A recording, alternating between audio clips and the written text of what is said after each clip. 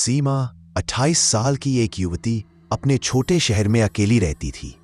वो खुशहाल जीवन जी रही थी और अपनी नौकरी में पूरी तरह व्यस्त थी।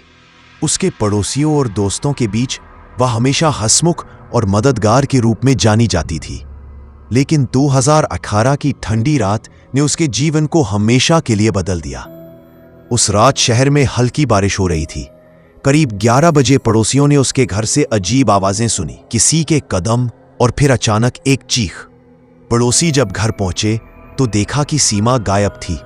उसके कमरे का सामान बिखरा हुआ था और दरवाजे में तोड़फोड़ की गई थी। इस घटना ने पूरे इलाके में डर और सनसनी फैला दी।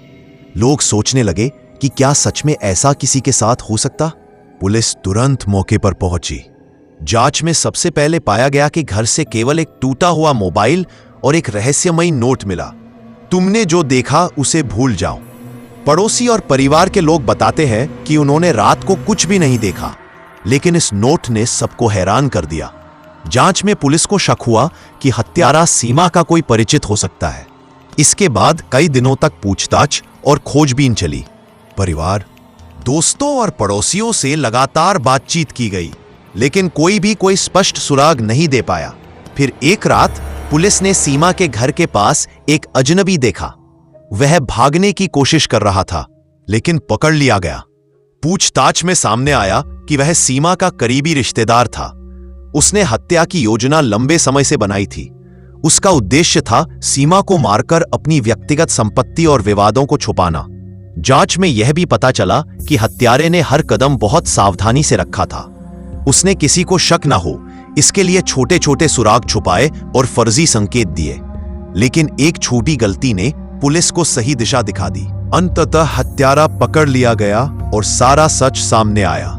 यह सच सुनकर सभी हैरान रह गए। सीमा का करीबी रिश्तेदार ही वह व्यक्ति था जिस पर किसी ने शक भी नहीं किया था। इस घटना ने पूरे शहर और सीमा के परिवार को सदमे में डाल दिया। लोग अब अपने आसपास के लोगों को नए नजरिए से देखने लगे। यह घटना हमें याद दिलाती है कि कभी-कभी सबसे खतरनाक लोग हमारे अपने ही होते हैं। लेकिन इस कहानी का एक सकारात्मक पहलू भी है। न्याय अंततः हुआ, हत्यारे को सजा मिली और सच्चाई सामने आई। सीमा की कहानी डरावनी तो है, लेकिन यह हमें चेतावनी देता है कि अपने आसपास की चीजों पर ध्यान रखें, किसी के व्यवहार को हल्के में न लें और हमेशा सावधान रहें। ऐसे ही स्टोरी सुनने के लिए वीडियो को लाइक और चैनल को सब्सक्राइब करें। धन्यवाद।